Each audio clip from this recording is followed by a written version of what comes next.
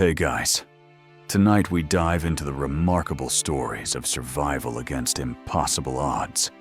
You find yourself shivering in a medieval peasant's hut, where the wind howls through walls made of mud and hope, or wandering through the ancient ruins of Caral, where pyramids older than Egypt rise from Peruvian desert sands, like stone dreams forgotten by time.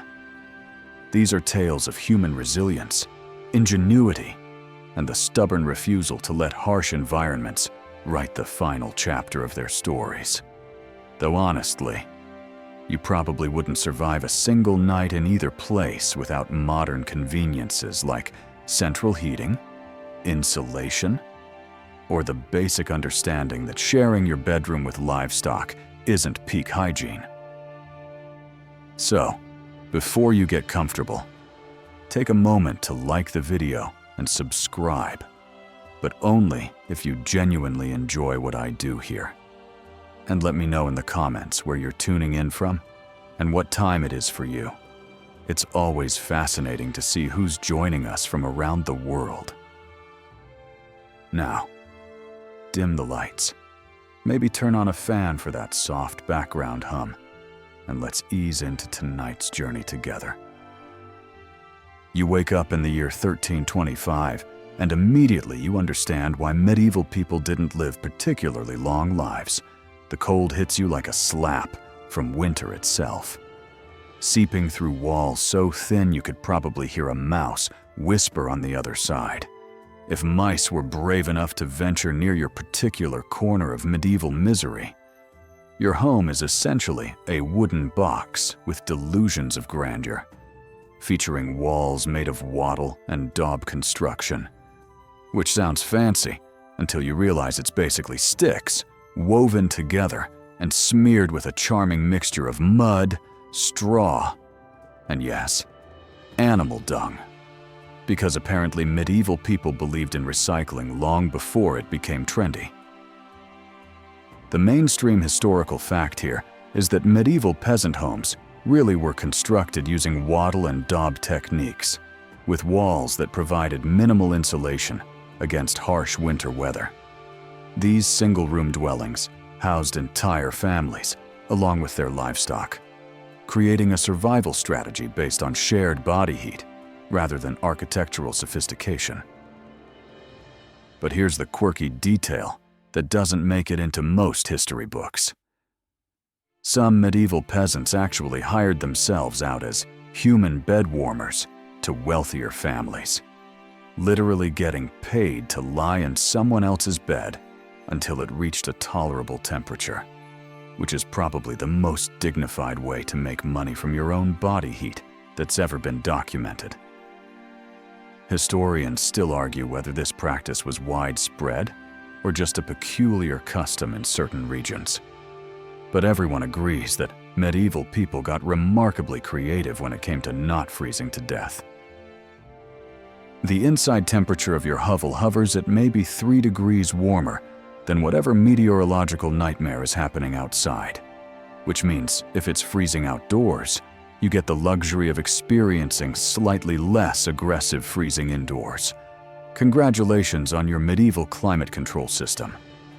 Your bed consists of a wooden frame stuffed with straw that's been there since your grandfather was young and optimistic, now compressed into something resembling a medieval brick mattress that crackles ominously every time you shift positions, accompanied by a symphony of whatever insects have decided to make your sleeping arrangements their permanent residence. You stumble out of your straw brick bed and immediately realize that medieval morning routines didn't include gentle wake-up rituals or coffee. You're greeted by the sight of your breath forming little clouds in the air, which would be charming if it weren't a sign that your home has basically become an outdoor experience with a roof. Sort of. The floor beneath your feet is packed dirt that's frozen solid, creating a surface roughly as comfortable as walking across a medieval ice rink designed by someone who clearly hated human ankles and basic locomotion. Your family members are slowly emerging from the communal pile of humanity that passed for bedtime arrangements, looking like they've survived a particularly unpleasant camping trip that lasted 6 months and involved significantly more sheep than anyone would prefer. Everyone's wearing the same clothes they've been wearing for weeks, because medieval laundry involved dragging everything to a frozen stream and hoping the ice didn't cut your hands off while you scrubbed your tunic with rocks and determination. The mainstream historical fact is that medieval peasants really did wear the same clothing for extended periods, especially during winter, when washing garments was both difficult and dangerous. Clothing was expensive to produce and replace, so most people owned only 1 or 2 outfits that had to last through multiple seasons of hard labor and harsh weather. Here's the detail that sounds made up, but unfortunately isn't medieval people. Sometimes rubbed animal fat directly onto their skin and clothes as insulation, creating a medieval version of waterproofing that smelled exactly as delightful as you'd imagine, but actually provided some protection against wind and moisture. Historians still argue whether this practice was more about survival necessity or just medieval people being incredibly practical about available resources. But everyone agrees that medieval hygiene standards were remarkably flexible when survival was at stake. The walls around you feature gaps large enough to stick your finger through, which the wind has apparently interpreted as personal invitations to come inside and make everyone miserable, creating a constant draft that ensures no corner of your home ever reaches what modern people would consider comfortable. Your windows, if you're fancy enough to have them, are covered with animal hides or oiled cloth that flaps enthusiastically in the breeze, providing roughly the same level of protection as hanging a wet towel over a screen door during a hurricane. Remember that Egyptian perfume recipe we might have mentioned in some parallel universe? Well, medieval peasants had their own aromatic traditions, except instead of exotic oils, they specialized in the distinctive scent of unwashed humans mixed with livestock, smoke, and that mysterious smell that develops when organic matter has been fermenting in the same corner for several months. You shuffle toward what passes for a fireplace in medieval peasant architecture, a simple pit in the center of your home, surrounded by stones that have seen better centuries, where a small fire sputters pathetically, like it's personally offended by the concept of providing warmth. This isn't a cozy fireplace with a mantle where you hang stockings. This is a hole in the ground with delusions of grandeur, producing more smoke than heat, and filling your lungs with enough particulates to make you wonder if medieval people developed special respiratory adaptations for living in permanent haze. The smoke from your fire doesn't politely exit through a chimney because chimneys are a luxury that hasn't been invented for peasants. Yet, instead, the smoke sort of wanders around your home like a confused tourist, eventually finding its way out through holes in the roof, gaps in the walls, or directly into your eyes if you're having a particularly unlucky medieval morning.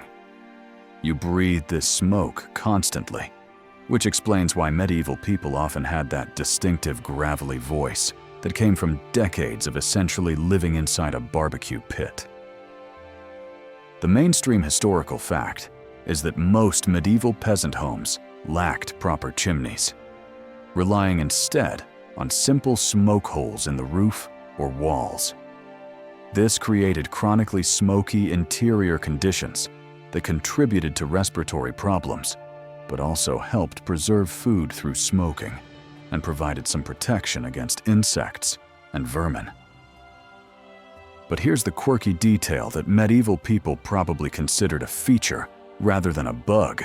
The constant smoke actually helped preserve meat and other food stored in the rafters, essentially turning every peasant home into a giant smokehouse, where your dinner was slowly curing while you slept, which is either ingenious food preservation or the world's most inefficient way to prepare jerky.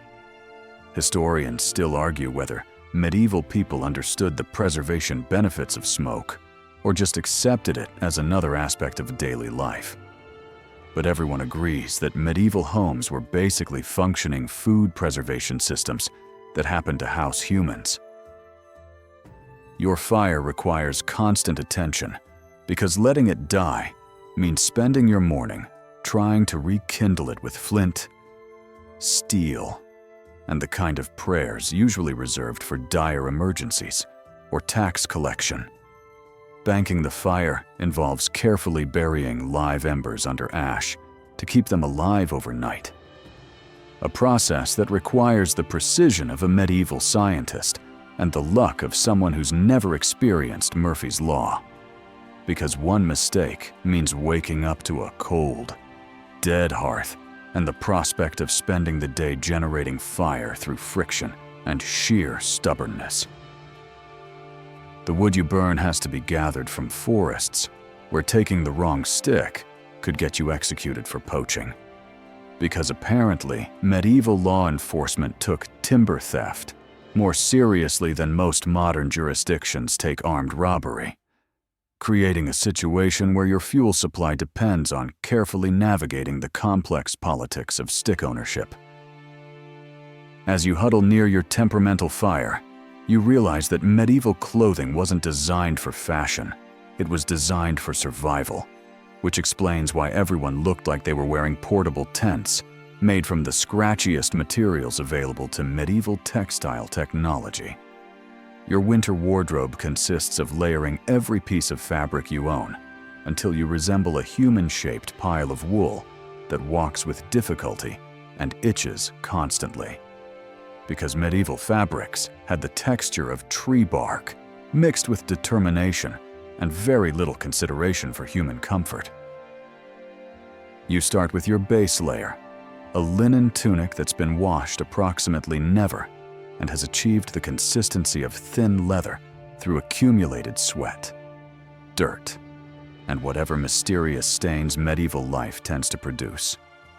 Over this goes your wool tunic, which was woven by someone who apparently believed that clothing should double as punishment for the crime of being cold, followed by whatever additional layers you can wrap around yourself without completely losing the ability to move your arms. The mainstream historical fact is that medieval people really did practice extensive layering during winter, wearing multiple tunics, cloaks, and wraps to trap body heat.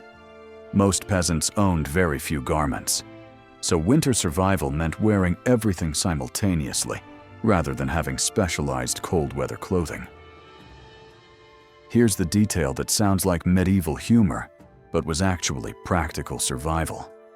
Some peasants stuffed straw or dried grass between their clothing layers for extra insulation, essentially turning themselves into human scarecrows who could walk around, which probably looked ridiculous, but actually provided additional warmth during the coldest months.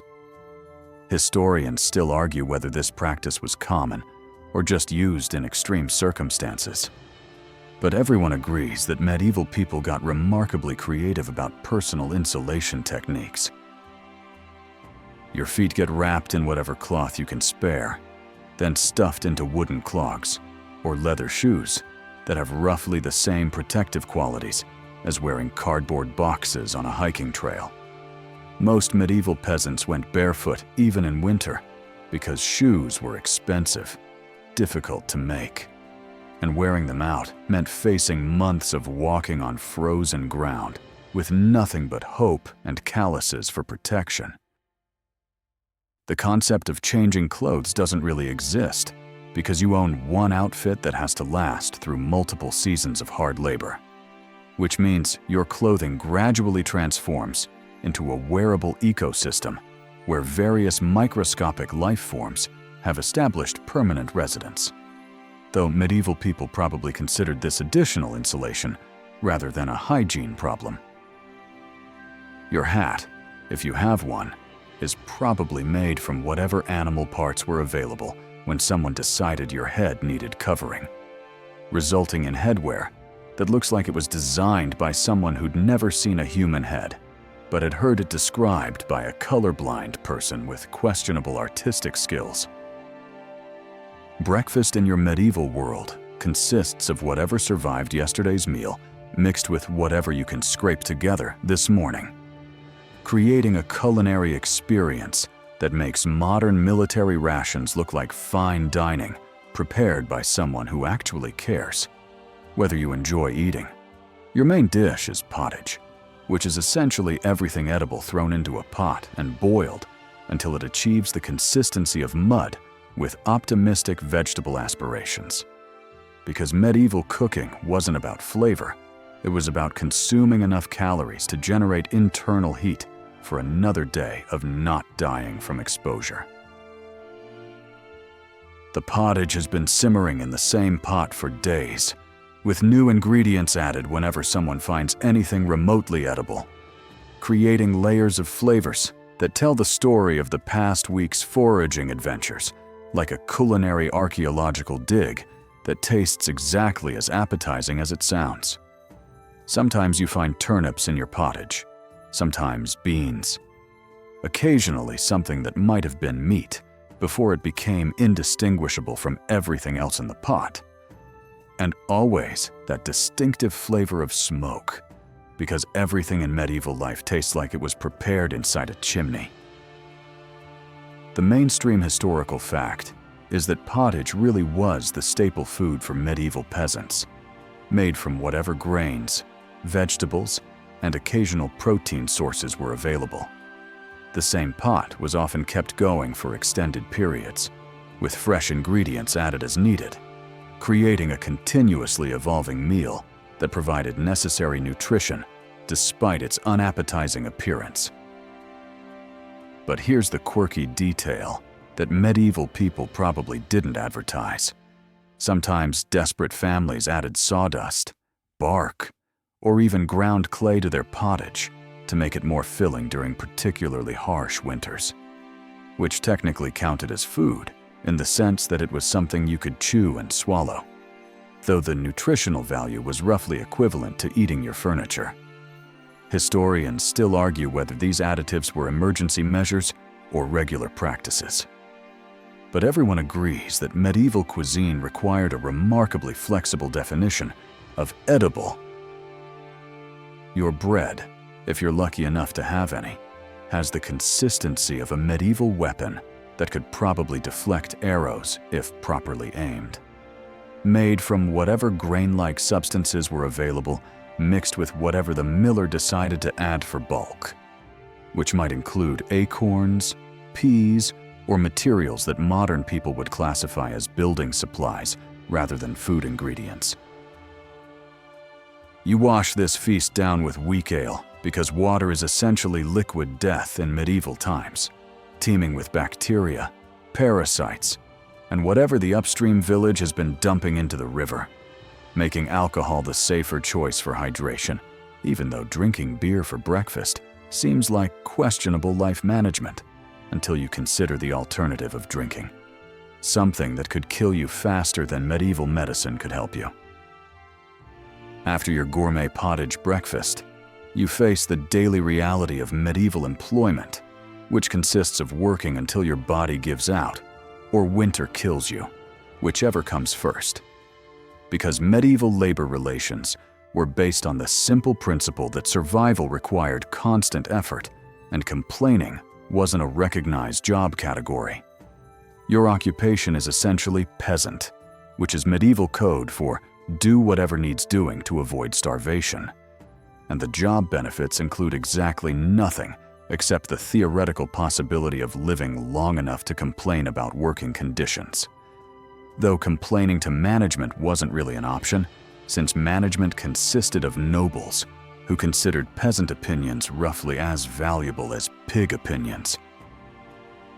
You work the land that belongs to your lord, who probably doesn't know your name, but definitely knows how much work you owe him, creating a feudal system where you provide labor in exchange for the privilege of not being homeless, which is essentially medieval social security, except without the security and with significantly more mud.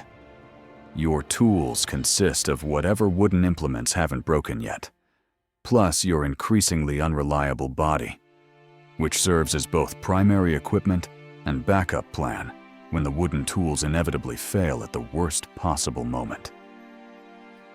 The mainstream historical fact is that medieval peasants really did work from dawn to dusk, 6 days a week, with Sunday reserved for mandatory church attendance rather than actual rest. The feudal system required peasants to work their lord's land before tending to their own small plots, creating a work schedule that left little time for personal pursuits or recovery. Here's the detail that illustrates medieval working conditions perfectly. Peasants often worked while injured, sick, or pregnant, because stopping work meant not eating, and not eating meant dying, which created a cycle where poverty made you sicker and sickness made you poorer, essentially trapping people in a system where the only escape was death or miraculous social mobility that occurred roughly as often as unicorn sightings. Historians still argue whether medieval people were stronger than modern people, or just had no choice but to endure incredible hardship. But everyone agrees that medieval labor practices would violate every modern workplace safety regulation simultaneously. If you're a woman, congratulations on winning the medieval lottery of extra responsibilities. You get to do all the farming work, plus cooking, cleaning, childcare, textile production, and maintaining the family's modest livestock, while pretending that your husband's personal hygiene isn't slowly driving you to consider joining a convent just for the change of scenery and slightly better smells. Children start working around age 5 because childhood is a luxury that hasn't been invented yet, and education consists of learning how to perform increasingly dangerous tasks without losing important body parts, which is actually more practical than most modern education systems, though significantly less likely to result in college scholarships.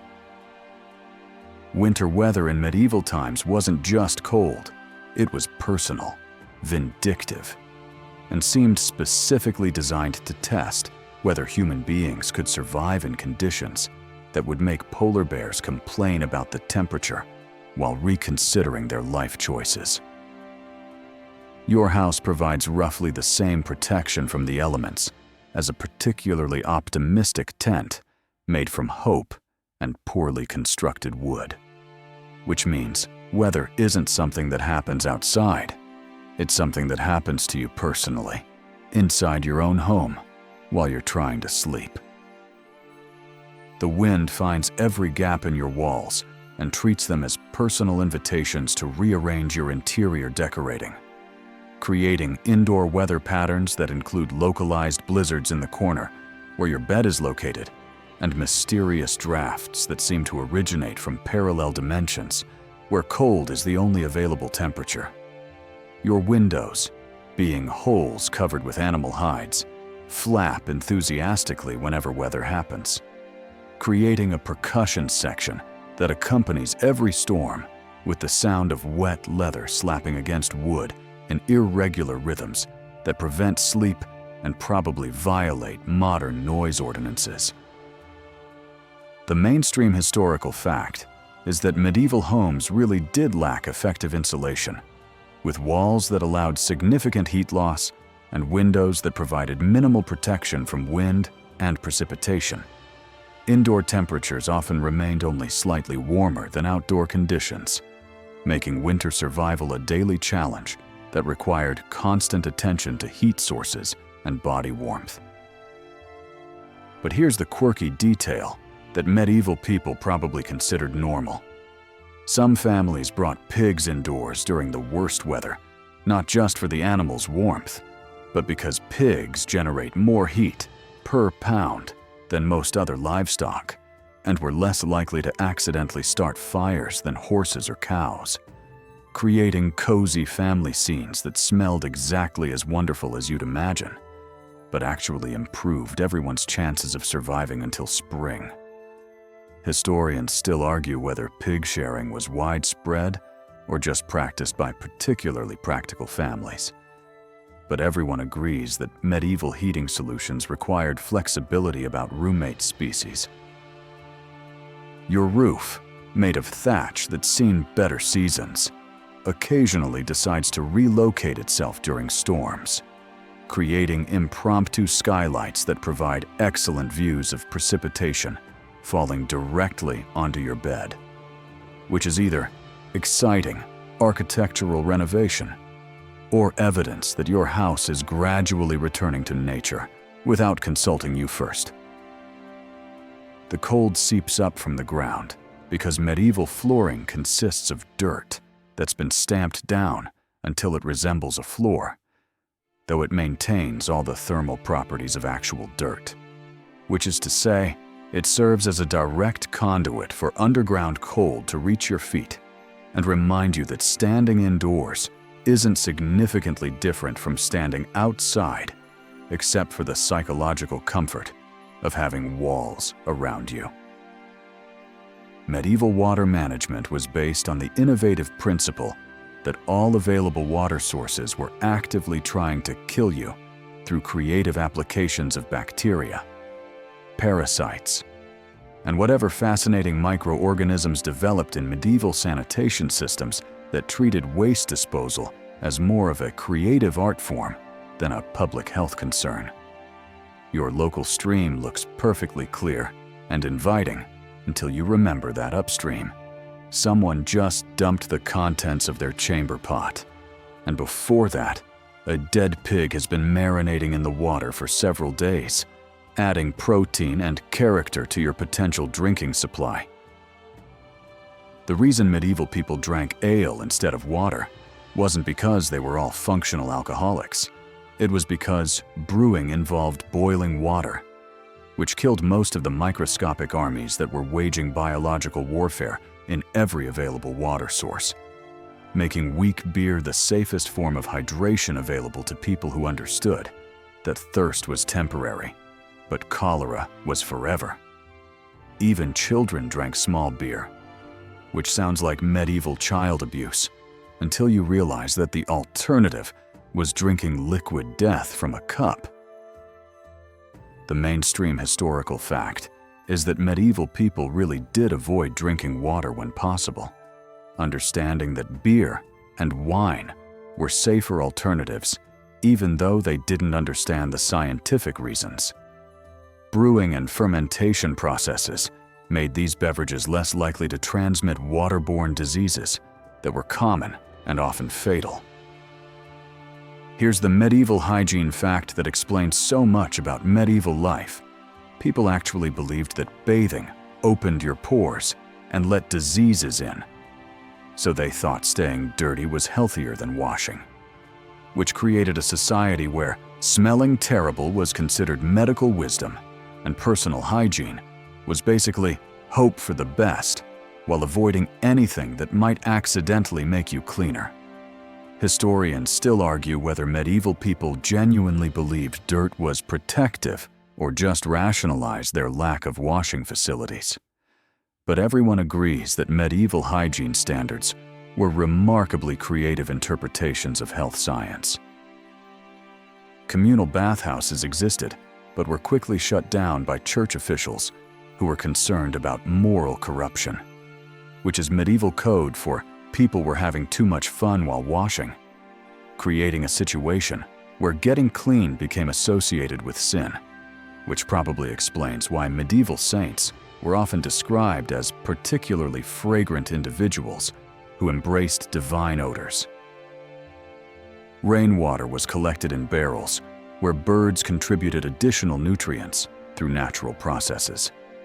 Insects established breeding colonies, and various plants grew spontaneously, creating an ecosystem in every water container that was technically alive, but not necessarily something you wanted to drink unless you were feeling particularly adventurous about intestinal challenges.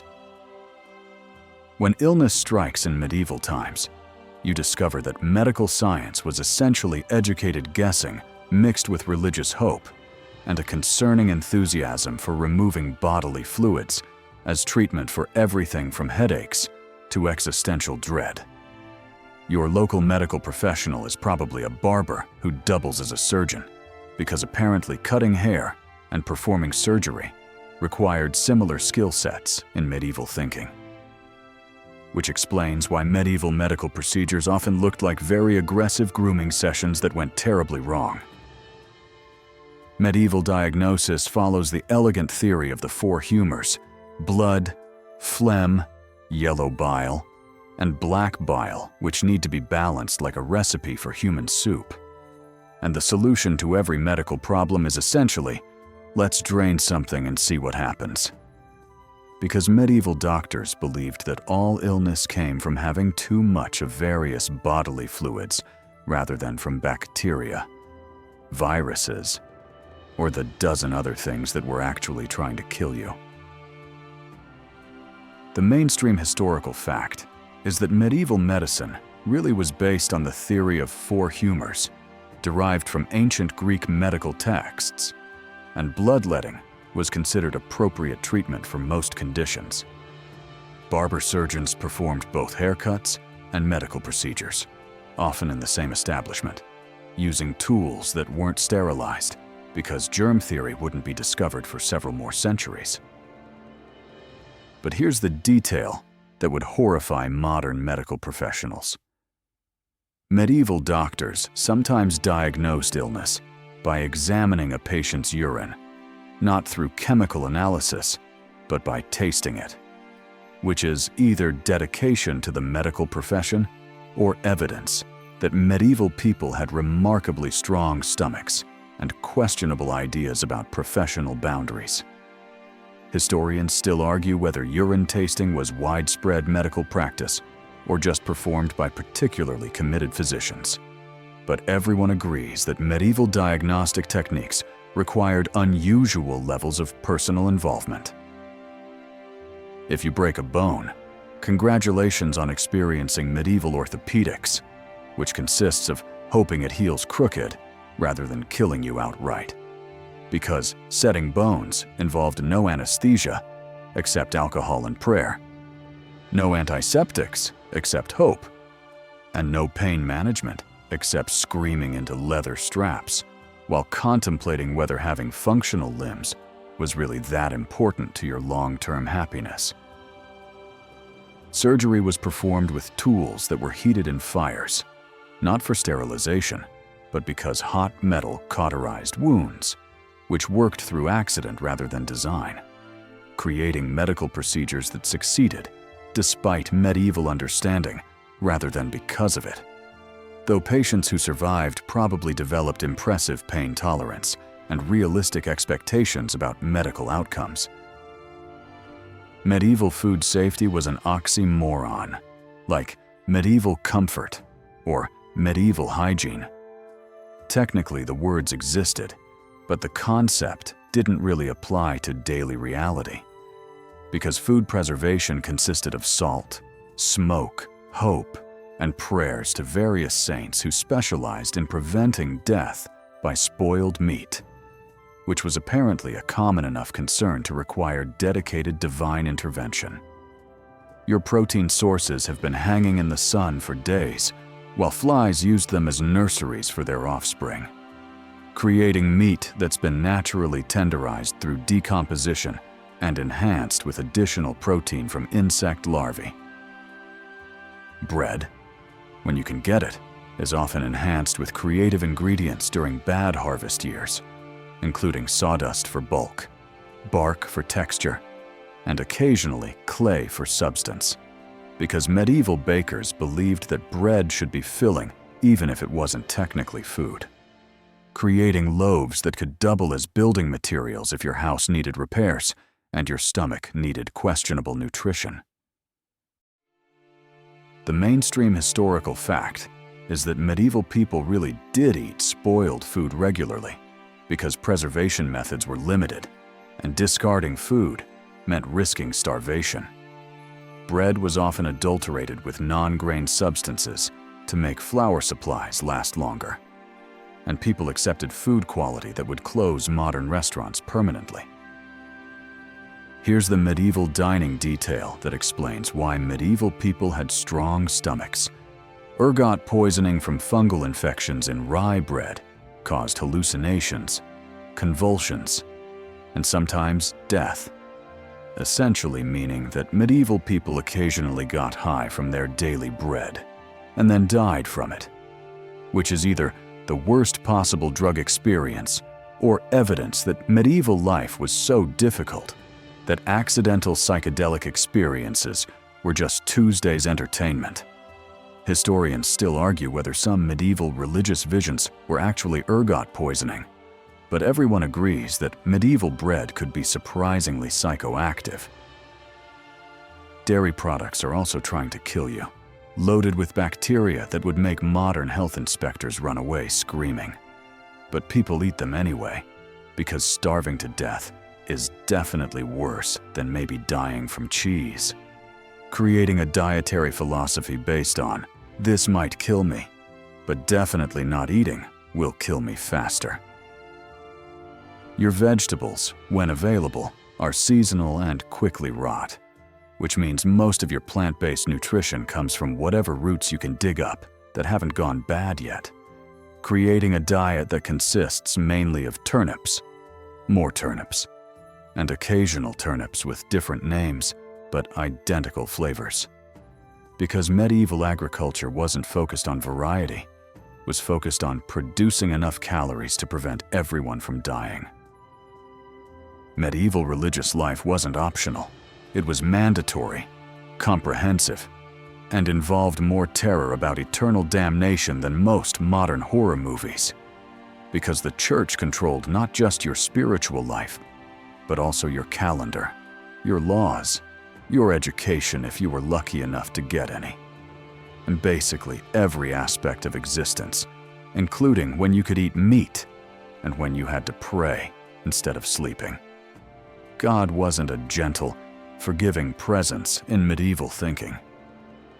He was actively monitoring your behavior and keeping detailed records of every sin for future punishment purposes.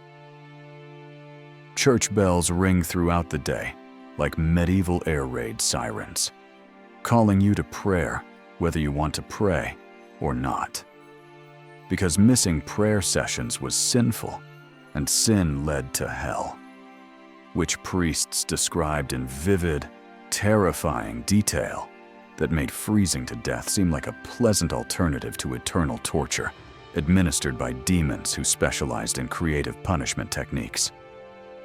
You can't read the Bible yourself because it's written in Latin, which only educated clergy understand. So you have to trust priests to interpret God's will for you, creating a theological telephone game where divine messages get filtered through people who may have their own ideas about what God wants you to do. The mainstream historical fact is that medieval Christianity really did dominate every aspect of daily life, with multiple prayer sessions required throughout the day and strict rules governing behavior, diet, and social interactions. The church wielded enormous political and economic power, collecting tithes and maintaining authority through both spiritual and temporal means. But here's the religious detail that shows how seriously medieval people took their faith. Some devoted Christians practiced extreme mortification of the flesh, including wearing hair shirts, flagellation, and other forms of self-punishment designed to purify the soul through physical suffering, which is either impressive spiritual dedication or evidence that medieval people thought God enjoyed watching them hurt themselves as proof of devotion. Historians still argue whether extreme religious practices were expressions of genuine faith or responses to social pressure. But everyone agrees that medieval Christianity was not for the spiritually faint-hearted. Tithes are mandatory, taking 10% of everything you produce, which is particularly painful when you barely produce enough to survive. But the church considers your donation more important than your nutrition, creating a system where spiritual salvation comes at the cost of physical survival. Though priests assure you that starving for God is more virtuous than being well-fed and damned. Questioning church teachings is heresy, and heretics get burned alive, which tends to discourage theological debate and critical thinking about religious doctrine. Creating an intellectual environment where curiosity about divine matters could literally get you killed in spectacularly unpleasant ways that made freezing to death look merciful by comparison. If you thought being a medieval peasant was challenging, try being a medieval peasant woman, where all the regular medieval suffering comes with additional helpings of social invisibility, legal powerlessness, and the constant threat of death in childbirth, which was basically medieval Russian roulette played with your reproductive system, while everyone around you pretended this was normal and natural, rather than terrifying and dangerous. Your life path was determined at birth and consisted of marry young, have children until your body gives out, serve your husband without complaining, and die tired, preferably after producing male heirs who could inherit whatever small pile of medieval misery your family had accumulated. Education for women consisted of learning domestic skills like spinning, weaving, cooking, and managing livestock, because apparently medieval society believed that women's brains were specially designed for remembering how to churn butter, but not capable of understanding more complex subjects like reading, writing, or having opinions about politics, religion, or their own lives. Marriage happened early, often in your teens, and was arranged by families based on economic considerations rather than personal compatibility, creating romantic relationships that were essentially business partnerships where love was optional but producing children was mandatory.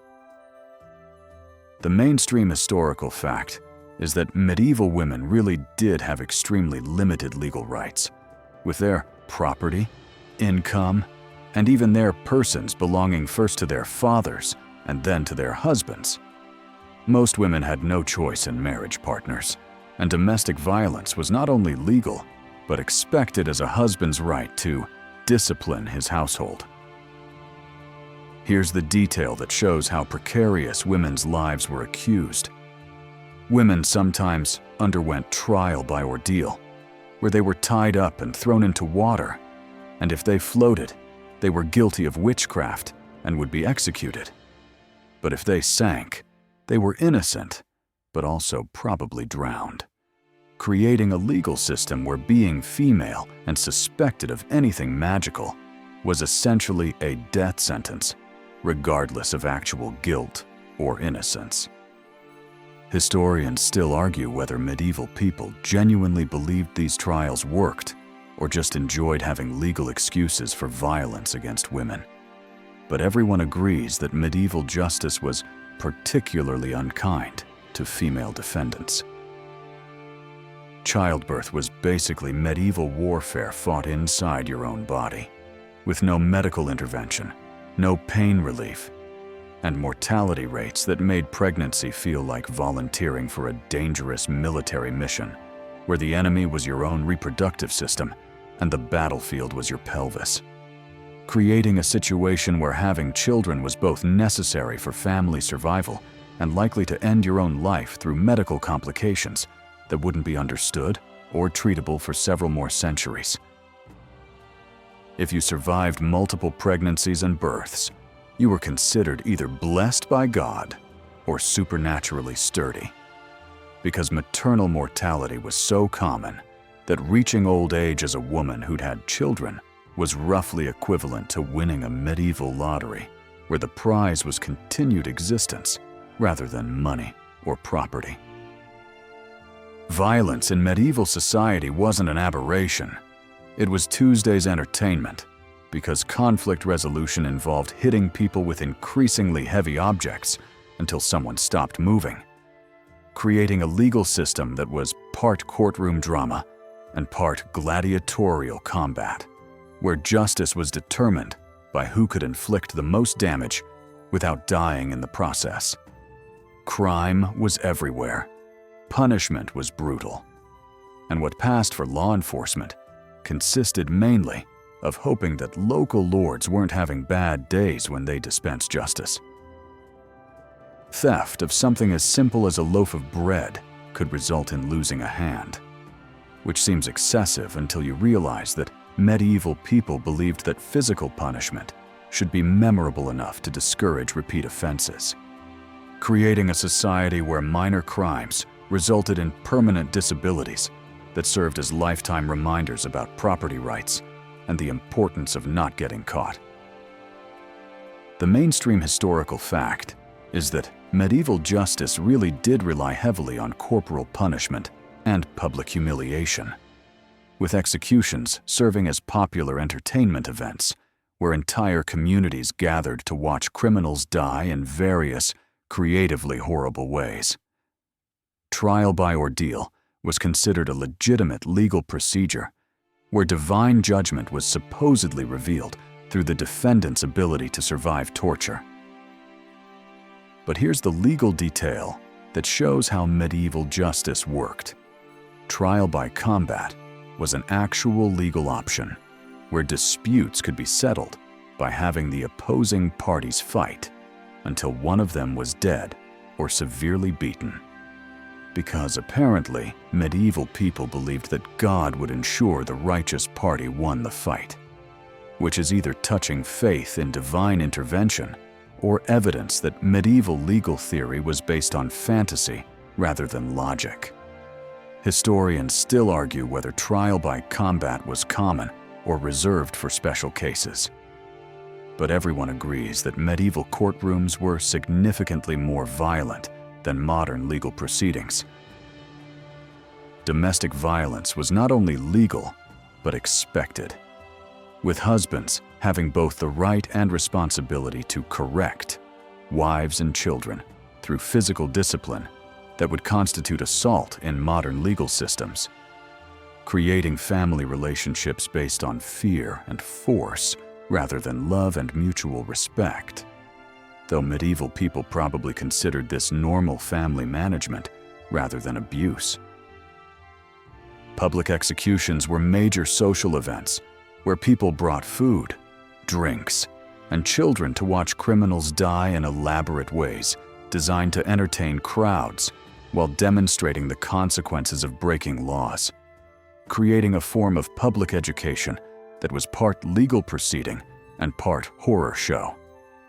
Though medieval audiences apparently found watching people die horribly to be perfectly acceptable family entertainment that required no content warnings or age restrictions. Death in medieval times wasn't a distant possibility. It was a constant neighbor who lived next door and frequently dropped by for unannounced visits, because life expectancy hovered around 30 to 40 years if you were lucky enough to survive childhood, which roughly half of all children didn't, creating a society where reaching middle age was considered a remarkable achievement, worthy of celebration and probably supernatural intervention. If you made it past age 40, you were basically a medieval celebrity, a walking miracle who had somehow survived diseases, injuries, famines, and the general hostility of medieval existence long enough to be considered ancient by contemporary standards. Infant mortality was so high that families often didn't name children until they survived their first year, because investing emotional energy in babies who might not live to see their first birthday was considered poor psychological planning, creating naming customs that reflected the brutal reality that loving tiny humans was a luxury that medieval parents couldn't afford until those humans proved they were sturdy enough to survive medieval childhood. The mainstream historical fact is that medieval life expectancy was dramatically lower than modern standards, with death from disease, injury, childbirth complications, and malnutrition being common throughout all age groups. Families expected to lose multiple children, and adults who survived to old age were relatively rare and highly valued for their experience and wisdom. Here's the sobering detail about medieval mortality. People often died from injuries or illnesses that modern medicine handles routinely, like infected cuts, broken bones, or childbirth complications. Because without antibiotics, anesthesia, or basic surgical techniques, minor medical problems frequently became fatal conditions that killed quickly and painfully. Historians still argue whether medieval people were more accepting of death because it was so common, or developed psychological coping mechanisms to deal with constant loss. But everyone agrees that medieval families lived with grief as a permanent household member. Women faced additional mortality risks from repeated childbirth, with many dying in labor or from post-birth complications that wouldn't be dangerous with modern medical care, creating a situation where marriage and motherhood were literally life-threatening occupations that women had no choice but to accept as their social roles, regardless of personal risk tolerance or desire for children. Death could come suddenly from plague, famine, war, accidents, or simply from the cumulative effects of malnutrition and exposure, creating a society where people went to sleep uncertain whether they would wake up the next morning, which either developed impressive psychological resilience or created communities of people living in constant anxiety about their continued existence. Having survived a complete day in medieval Europe, where you've battled filth, starvation, disease, violence, and the general hostility of a world that seemed designed to kill humans through creative applications of misery, you might wonder how anyone managed to endure such conditions for entire lifetimes. Yet somehow, medieval people not only survived, but created communities, raised families, and found moments of joy, despite living in what can only be described as history's most comprehensive endurance test. The romanticized version of medieval life that Hollywood sells us: noble knights, elegant ladies, grand feasts, and heroic quests, is essentially medieval fantasy fiction, created by people who never had to use a medieval toilet or explain to their children why dinner tastes like smoky turnip soup again. The reality of medieval existence was grinding, dirty, painful, and short, with survival depending more on luck than skill and death lurking around every corner, like an overly enthusiastic insurance salesman who specialized in final sales. Social mobility was virtually non-existent. Education was reserved for the church elite, and most people lived and died within a few miles of where they were born, creating communities where everyone knew everyone else's business because privacy hadn't been invented yet, and entertainment consisted of gossiping about your neighbor's hygiene habits. The mainstream historical fact is that medieval life really was characterized by high mortality, poor nutrition, inadequate housing, and limited opportunities for social advancement.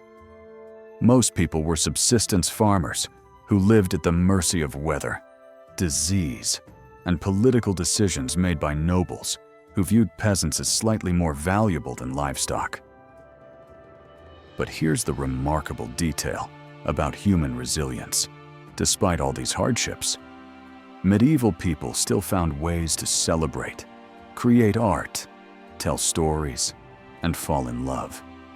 Because humans are remarkably stubborn about finding joy, even in the worst circumstances, which explains how medieval culture produced beautiful illuminated manuscripts, soaring cathedrals, and epic poetry, even while most people were struggling to survive basic daily existence.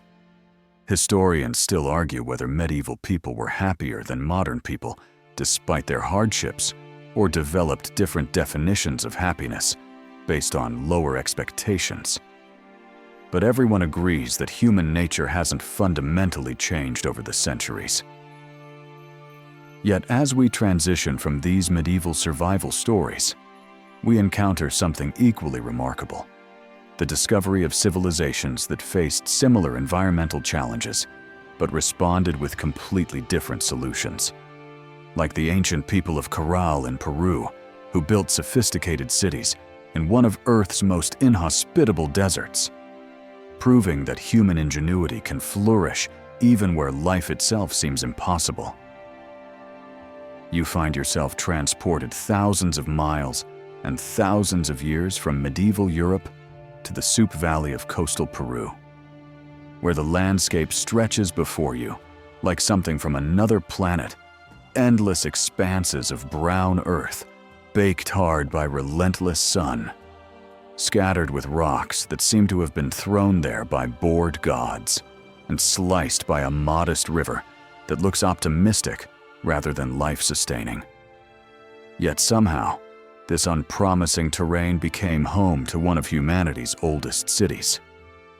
The desert here doesn't just look inhospitable, it actively seems to discourage life through creative applications of heat, drought, and wind that carries enough sand to serve as natural sandpaper for anything foolish enough to remain stationary for extended periods.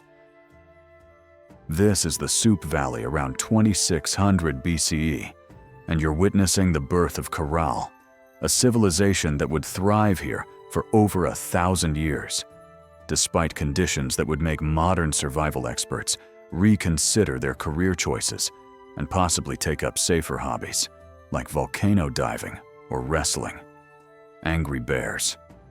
The river that winds through this landscape looks like nature's afterthought, a thin silver thread that seems insufficient to support a village, much less a major city. Yet the people who would build Caral saw something different in this harsh environment. They saw possibility where others saw only problems. The mainstream historical fact is that Caral was indeed built in what appears to be an extremely challenging environment, with minimal rainfall, limited water sources, and soil that required extensive modification to support agriculture. The civilization that developed here had to master complex irrigation techniques and develop sophisticated trade networks to survive and thrive in such conditions. Here's the remarkable detail that shows how innovative Caral's builders were. They developed a form of earthquake-resistant architecture using flexible construction techniques and layered foundations that allowed their pyramids to survive thousands of years in a seismically active region, essentially creating ancient building codes that were more sophisticated than many modern construction standards in earthquake-prone areas. Historians still argue whether this engineering knowledge was developed through trial and error or represented inherited wisdom from even earlier civilizations. But everyone agrees that Caral's builders understood their environment with remarkable sophistication. The silence of this place is profound. No birds singing, no insects buzzing, just the whisper of wind across stone and sand, creating an acoustic environment where human voices would have carried far across the valley, perhaps explaining why Caral's builders created such massive public spaces designed for gatherings that could accommodate thousands of people in a landscape where sound traveled without obstruction. As you stand in this seeming wasteland, trying to imagine how anyone could look at this harsh terrain and decide it was the perfect place to build a city, you begin to understand that Caral's people possessed a kind of environmental vision that modern civilization has largely lost the ability to work with nature's challenges, rather than simply trying to overwhelm them with technology. The people who chose to build Caral in this unlikely location weren't crazy. They were visionaries who understood something about desert survival that most civilizations never mastered. Recognizing that success in harsh environments requires cooperation with natural forces rather than domination over them. A philosophy that allowed them to transform one of Earth's most challenging landscapes into a thriving urban center. You watch as these ancient people begin the patient work of turning desert into farmland through irrigation systems that channel the river's modest flow across carefully prepared fields, creating green strips of cultivation that stand out against the brown landscape like emerald ribbons woven through an endless tapestry of stone and sand. Their agricultural techniques weren't just practical, they were revolutionary, involving the cultivation of cotton that would become the foundation of their economy, along with beans, squash, sweet potatoes, and other crops that provided both nutrition and trade goods for exchange with coastal communities that specialized in fishing and shellfish collection. Cotton was particularly valuable because it could be spun into fishing nets, textiles, and rope, creating a trade network that connected desert communities with coastal villages in economic relationships that benefited everyone involved. The mainstream historical fact is that Caral's inhabitants really did master irrigation agriculture in an extremely arid environment, developing techniques that allowed them to grow crops reliably despite minimal rainfall. Their cotton production became the basis for extensive trade networks that connected inland communities with coastal fishing villages, creating economic interdependence across diverse ecological zones.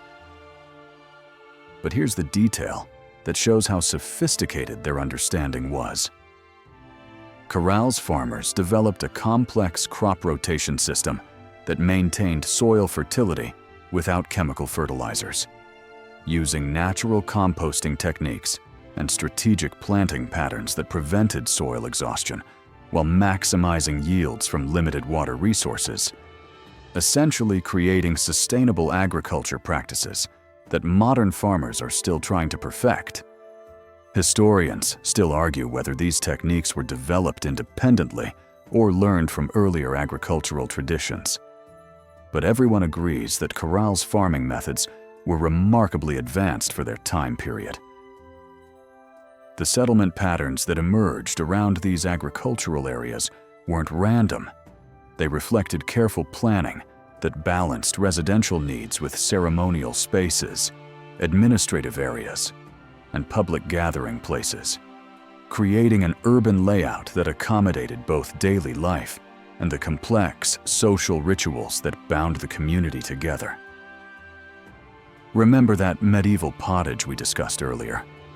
Well, Caral's cuisine was probably more sophisticated, featuring fresh vegetables, fruits, and proteins from their trade networks, prepared using cooking techniques that took advantage of the desert's intense heat and dry conditions for food preservation and preparation, creating a culinary tradition that was both nutritious and adapted to their unique environment.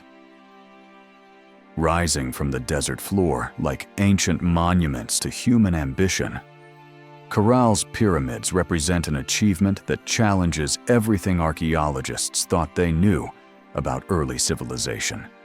In the Americas, these weren't small, crude structures built by people just learning to work with stone, but massive, sophisticated architectural projects that required advanced engineering knowledge, complex social organization, and a vision that extended far beyond immediate survival needs.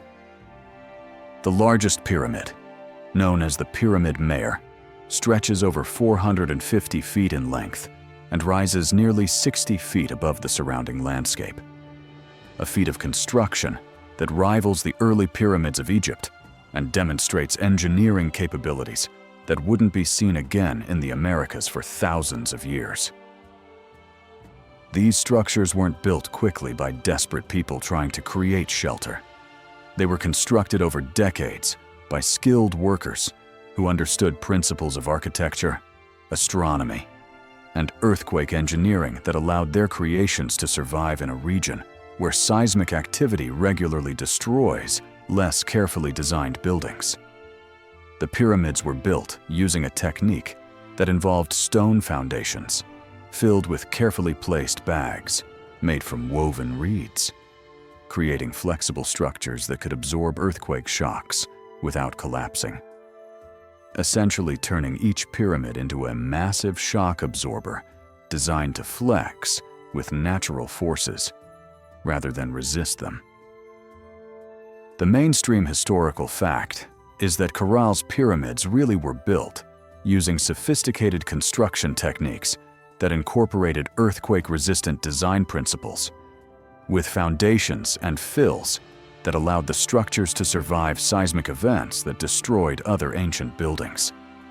The scale and complexity of these constructions required extensive social organization and specialized knowledge that indicates a highly developed civilization. Here's the architectural detail that shows how advanced their knowledge was.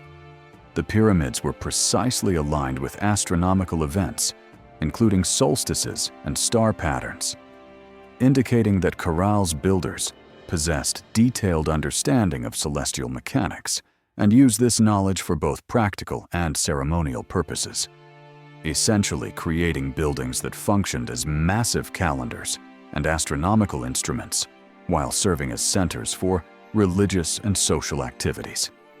Historians still argue whether this astronomical knowledge was developed locally or inherited from earlier traditions. But everyone agrees that Caral's builders possessed sophisticated understanding of both earthly and celestial phenomena. The construction process itself would have required coordination among hundreds of workers over many years, indicating a society capable of long-term planning, resource management, and social cooperation on a scale that suggests complex leadership structures and shared cultural values that motivated people to invest enormous amounts of labor in projects that wouldn't be completed within single lifetimes. Unlike the medieval peasants who built mostly for immediate survival, Caral's people were constructing for eternity, creating monuments that would outlast their civilization and continue speaking to future generations about their achievements, ambitions, and understanding of humanity's place in the cosmos. What makes Caral truly extraordinary isn't just what archaeologists have found, it's what they haven't found. Because among all the pyramids, plazas, and residential areas that have been excavated, there's no evidence of warfare, defensive fortifications, weapons caches, or mass graves that would indicate violent conflict, suggesting that Caral was built and maintained by a society that chose cooperation over conquest and diplomacy over destruction. This absence of military evidence is so unusual among ancient civilizations that it forces us to reconsider our assumptions about how complex societies develop and maintain themselves.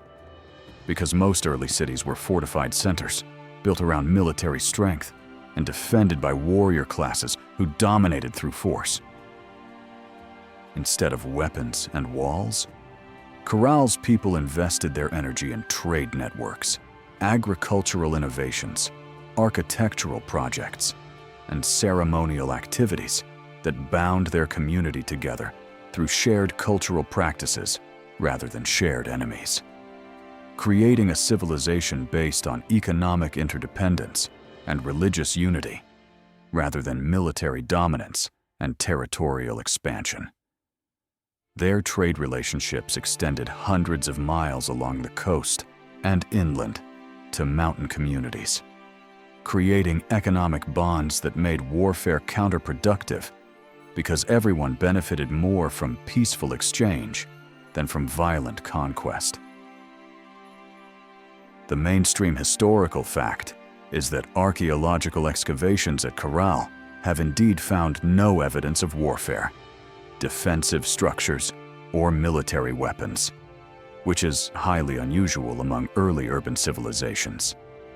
This suggests that Caral's society was organized around principles of cooperation and trade, rather than military conquest and territorial defense.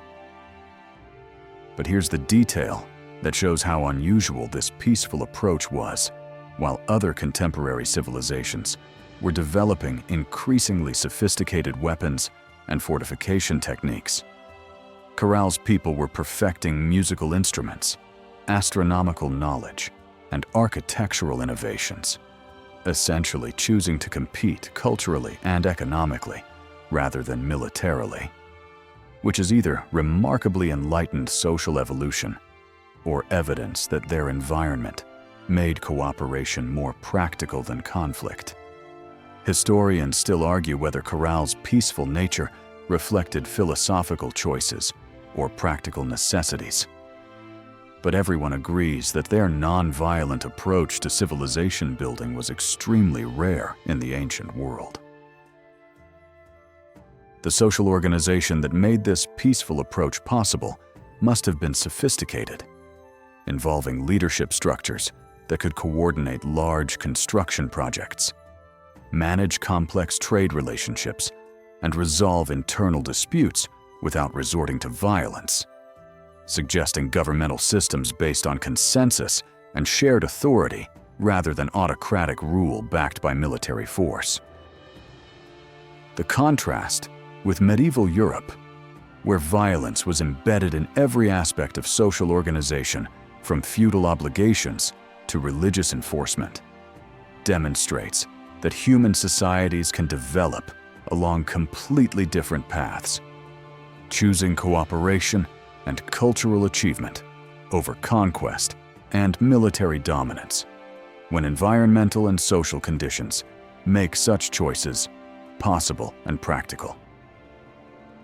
As you stand among the weathered stones of Caral in the gathering evening light, you realize that this ancient city represents something profoundly different from the medieval world we explored earlier, while European peasants struggled for daily survival in conditions designed to test human endurance.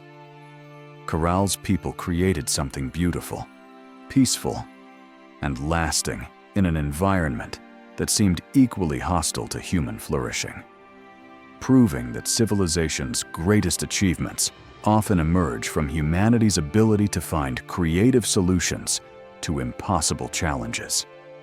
The silence of the desert around you carries echoes of ancient music, the memory of flutes carved from bird bones and drums made from animal hides that once filled these plazas with sounds of celebration rather than conflict, creating cultural experiences that brought people together rather than driving them apart.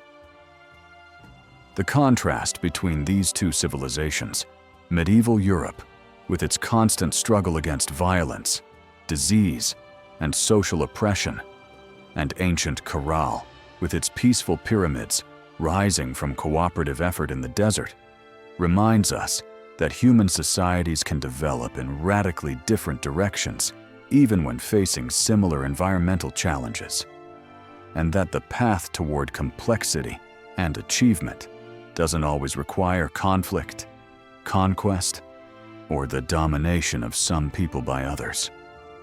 Both cultures faced harsh conditions that tested human resilience, but their responses reveal fundamentally different approaches to community building, resource management, and the organization of social life. The mainstream historical fact is that Caral really did represent an alternative model of early civilization development, one based on trade, cooperation, and cultural achievement, rather than warfare and territorial expansion. This peaceful approach allowed the civilization to thrive for over 1,000 years in challenging environmental conditions, creating achievements that influenced later Andean cultures. Here's the final detail that ties these stories together. Both medieval peasants and Caral's people understood that survival in harsh environments requires community cooperation and innovative solutions to environmental challenges. But while medieval society was constrained by feudal hierarchies and constant conflict, Caral's people were free to develop more peaceful and sustainable approaches to civilization building that emphasized cultural achievement over military dominance. Historians still argue whether Caral's peaceful nature was unique or representative of other early civilizations that haven't been discovered yet. But everyone agrees that their example challenges assumptions about the inevitability of violence in human social development. Tonight, as you settle into your comfortable bed with central heating, running water, and protection from the elements that medieval peasants could only dream of, remember both of these stories, the grinding struggle for survival that characterizes so much of human history, and the remarkable achievements that prove human ingenuity can create beauty, peace, and lasting monuments even in the world's most challenging environments. The journey from Caral's peaceful pyramids to medieval Europe's harsh realities reminds us that civilization is not a straight line of progress, but a complex tapestry of different choices, different solutions, and different dreams about what human society can become. Some societies choose cooperation, while others choose conflict. Some build monuments to peace, while others build fortresses for war. Some create music that brings people together, while others create weapons that drive them apart. As the desert wind whispers through Caral's ancient stones and across the centuries to those cold, medieval nights, both civilizations speak to us about human resilience, creativity, and the eternal challenge of building meaningful lives in challenging circumstances. Whether huddled around medieval fires, sharing body heat with livestock, or gathering in Caral's plazas to hear music echo across the desert, humans have always found ways to endure, to create, and to dream of something better than mere survival. Rest easy tonight knowing that whatever challenges tomorrow brings, they're manageable compared to medieval plumbing or building pyramid cities in the desert without metal tools, and that the same human ingenuity that created Caral's peaceful pyramids and helped medieval peasants survive impossible winters continues to flow through our world today, finding new solutions to ancient problems and creating beauty even in the harshest circumstances.